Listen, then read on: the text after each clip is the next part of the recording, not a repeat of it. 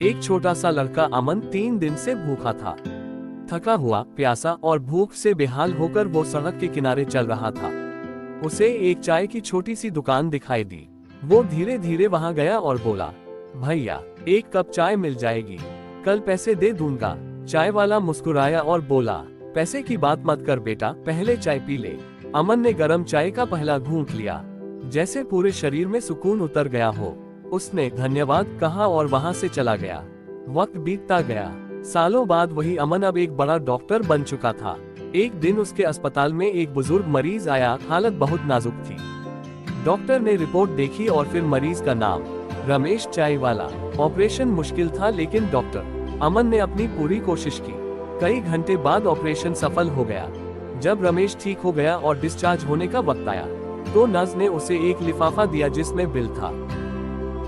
रमेश ने कांपते हाथों से लिफाफा खोला। अंदर लिखा था, 1 कप चाय का कर्ज आज चुकता हुआ।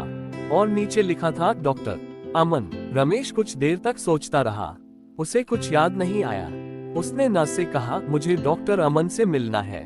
जब वो डॉक्टर अमन के कमरे में पहुंचा, तो डॉक्टर ने मुस्कुराते हुए कहा, आपको याद होगा, एक दिन एक छोटा सा लड़का आपकी दुकान पर आया था, जिसने आपसे चाय मांगी थी और कहा था कि पैसे कल दूंगा। मैं वही लड़का हूँ। ये सुनते ही रमेश की आंखों में आंसू भर आए। वो भावुक होकर बोला, बेटा, मुझे तो याद भी नहीं था, पर लगता है जिंदगी ने उस 1 कप चाय का स्वाद मुझे फिर से लौटा दिया। डॉक्टर अमन ने झुककर उनके पैर छुए और कहा, आपकी उस चाय ने मुझे जिंदगी का सबसे बड़ा सबक सिखाया था। कभी किसी की मदद बिना सोचे समझे कर देनी चाहिए। रमेश ने मुस्कुराते हुए कहा, और तुम्हारी इस इंसानियत ने साबित कर दिया बेटा, कि नेकी कभी बेकार नहीं जाती। अगर वीडियो पसंद आई हो तो लाइक और सब्सक्राइब जरूर करें। धन्यवाद।